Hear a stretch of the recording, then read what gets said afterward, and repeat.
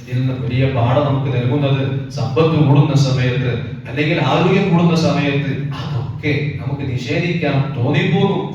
എന്ത് ചെയ്യാവുന്ന ഇതൊക്കെ ഇസ്ലാം പറഞ്ഞ പോലെ ജീവിക്കുകയാണെങ്കിൽ ഇപ്പൊ നമുക്ക് വേണ്ടി ജീവിച്ചാൽ കഴിയോ? ഇതൊക്കെ നമ്മൾ ഉണ്ടാക്കിയിട്ടല്ലേ. കണ്ടേ എന്തൊരു സുഖമുണ്ട്, ഞാൻ ഇങ്ങനെ നിസ്കരിച്ചിട്ടും അല്ലെങ്കിൽ ഇങ്ങനെ ചെയ്തിട്ടും എനിക്ക് എന്റെ റബ്ബ് തരുന്നുണ്ട്, ഇതിനേക്കാളും സന്തോഷകരമായത് അവിടെ തരും.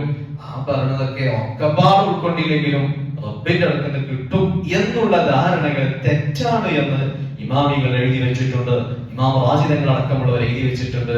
അതുകൊണ്ട് ആരാധനകൾ ഇവിടെ ചെയ്യുന്ന ഏത് നന്മകൾക്കും ഈ ദുനിയാവിന്റെ കൂലി കിട്ടുമെന്ന് പ്രതീക്ഷിക്കേണ്ട.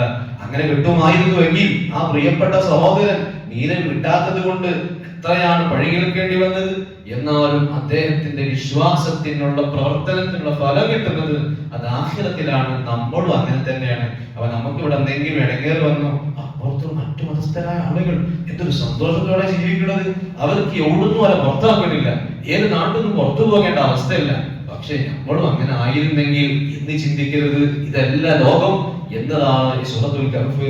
നമ്മളൊക്കെ വലിയ ബഹുമാനത്തോടെ പാരായണം ചെയ്ത സൂറത്തുൽ കഹ്ഫ് നമ്മോട് ഓരോരുത്തരോടായി ഓരോ ആഴ്ചയിൽ സംസാരിച്ചു കൊണ്ടിരിക്കുന്നത് എന്ന്